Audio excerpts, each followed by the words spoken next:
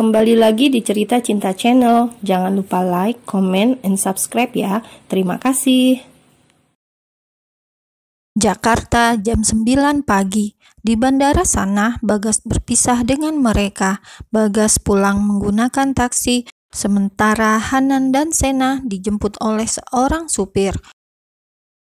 Mulai memasuki jalan raya yang padat merayap, membuat Sena mulai menyadari sesuatu. 2 hari kemarin lebih terasa hanya menjadi mimpi, dan kini ia baru tersadar. Mungkinkah Hanan akan melupakan semua hal yang terjadi kemarin? Mungkinkah Hanan kini akan meninggalkan dirinya? Banyak kemungkinan yang menyelimuti kepala Sena, karena jujur saja ia masih merasa ragu, merasa bahwa hanya dia sendirilah yang memiliki cinta di dalam hubungan ini, sementara Hanan hanya berpura-pura agar bisa kembali menyentuhnya. "Kamu kenapa?" tanya Hanan saat dilihatnya Sena hanya terdiam. Wanita yang ditanya ini langsung terkisap. Ia langsung menoleh membalas tatapan Hanan.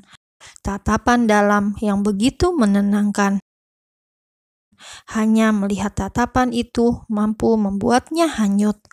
"Apa yang kamu pikirkan?" tanya Hanan lagi, dan Sena menunjuk dadanya. "Sayang," jawab Sena dengan tersenyum tipis. Melihat senyum itu, entah kenapa Hanan malah merasa tak suka. Ia hanya ingin melihat senyum Sena yang lebar. "Kenapa?" tanya Hanan lagi menuntut.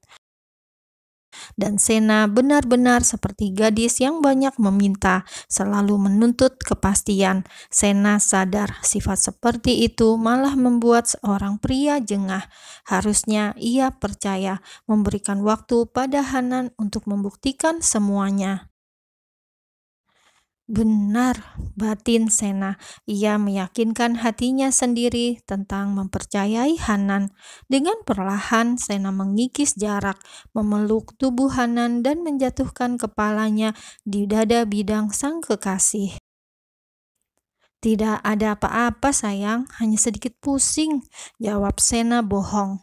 Hanan tahu betul jika kekasihnya ini sedang membohongi dirinya. Sena tak tahu saja jika selama ini Hanan selalu memperhatikan dirinya dengan begitu lekat.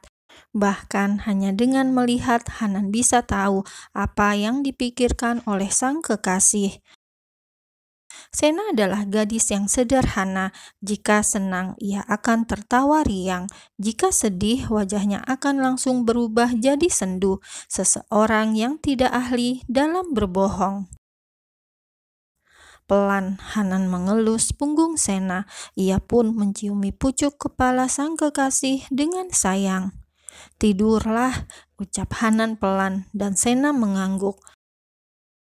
Tak butuh waktu lama, Sena benar-benar tertidur. Sampai di basement apartemen, Hanan tidak membangunkan sang gadis. Ia menggendong tubuh Sena dengan hati-hati. Di dalam gendongan itu, Sena tersenyum. Ia terbangun saat tubuhnya melayang dalam gendongan sang kekasih. Sena begitu bahagia. Hanan masih memperlakukannya dengan manis, meskipun kini mereka sudah kembali ke Indonesia. Diam-diam, Hanan pun melihat senyum itu. Namun ia tetap diam saja, membiarkan Sena yang sedang pura-pura tertidur. "Sayang, bangunlah, kita sudah sampai." Hanan pura-pura membangunkan. Ia menciumi wajah Sena yang masih berada di dalam gendongannya.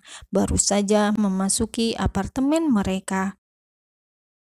Sena menggeliat, mengerjap, seolah persis baru bangun tidur.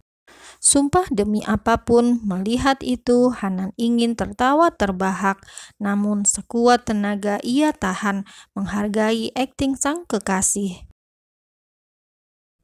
"Kenapa senyum-senyum?" tanya Sena langsung saat matanya terbuka lebar. Dilihatnya Hanan yang mengulum senyum hingga wajahnya berubah merah. Hanan menggeleng, tak kuasa untuk menjawab. Melihat itu, Sena jadi kesal sendiri. Bibirnya mengerucut, memberontak, ingin turun. "Sayang, tahu ya kalau aku hanya pura-pura tidur?" tanya Sena dengan kesal, dan Hanan langsung tertawa terbahak tak bisa ditahan. Merasa malu, Sena terus memukul dada Hanan dan minta turun. Bukannya diturunkan, Hanan malah mengayun-ayunkan tubuh Sena hingga kekesalan gadis itu berubah jadi tawa renyah dengan memeluk erat leher sang kekasih. "Kita langsung mandi ya," ajak Hanan, dan Sena mengangguk. Di dalam kamar mandi itu, keduanya sama-sama menanggalkan semua baju tanpa ada rasa canggung, seolah tak ada lagi dinding pembatas di antara keduanya. Mereka berendam di dalam bathtub dengan saling berdampingan. "Sen, besok kita tidak usah masuk kerja ya, istirahat dulu," ucap Hanan seraya menyandarkan kepalanya di dinding bathtub itu, menikmati sensasi air hangat yang menenangkan. "Apa tidak masalah sayang, banyak sekali aku mengambil libur," jawab Sena yang merasa tak enak hati. Dalam hatinya pun bertanya-tanya kenapa Hanan semudah itu mengatakan tentang libur, dan libur, seolah perusahaan itu adalah miliknya sendiri. "Tidak apa-apa, Ibu Yona pasti mengizinkan," jawab Hanan seraya menarik pinggang Sena untuk mendekat. Bawa nama Yohana, Sena sedikit tenang karena baginya Yohana memang lebih berpengaruh daripada sang kekasih Hanan. Cukup lama mereka berendam di dalam bathtub itu hingga akhirnya membilas diri di bawah pancuran air. Keesokan harinya, Sena dan Hanan benar-benar tidak masuk kerja. Pagi, Hanan masih menemani Sena, namun saat siang ia keluar karena ada urusan. Dan kini tinggallah Sena seorang diri di dalam apartemen. Bibirnya tersenyum mengingat ciuman panasnya dengan Hanan di balik pintu tadi sebelum kekasihnya itu benar-benar pergi, meninggalkan bibirnya yang kebas.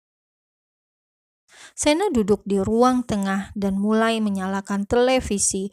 Ia bersenandung ke arah dapur untuk mengambil beberapa cemilan.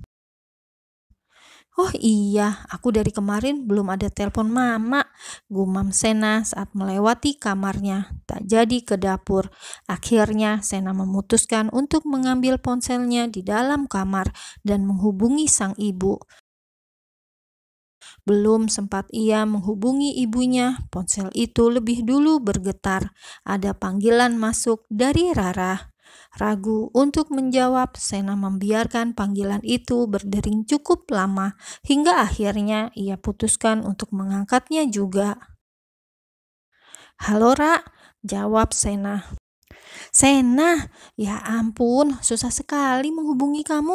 Kata Pak Surya, kamu sakit. Sakit apa? Sudah sembuh belum?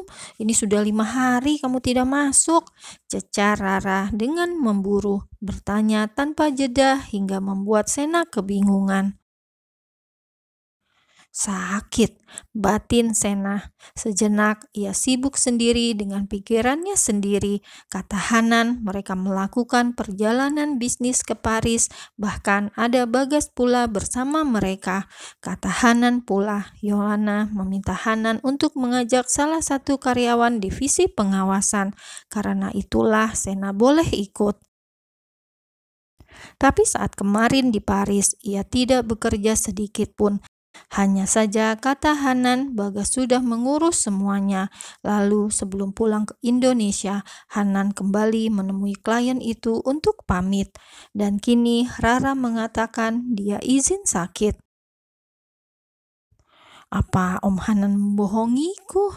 tanya Sena membatin. "Apa Om Hanan juga membohongi Ibu Yohana? Tapi bagaimana bisa Om Hanan seberani itu? Bagaimana kalau dia sampai dipecat?" "Sena!" teriak Rara hingga membuyarkan lamunan Sena. Iya Ra, aku kemarin sakit. Sekarang sudah sembuh kok. Besok aku mulai masuk," jawab Sena gugup. Ia berbohong. Alhamdulillah kalau begitu. Pulang nanti ku jenguk ya. Kirimkan alamat rumah Pak Demu. Tidak usah, Ra. Aku tidak enak dengan Pak D. Aku sudah baik-baik saja kok, percayalah, jawab Sena cepat. Tanpa pikir panjang, Rara pun hanya mengangguk setuju. Baiklah, sampai bertemu besok, ucap Rara seraya memutuskan sambungan telepon itu.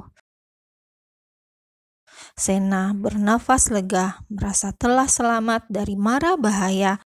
Tapi niatnya untuk menghubungi sang ibu terlupakan begitu saja.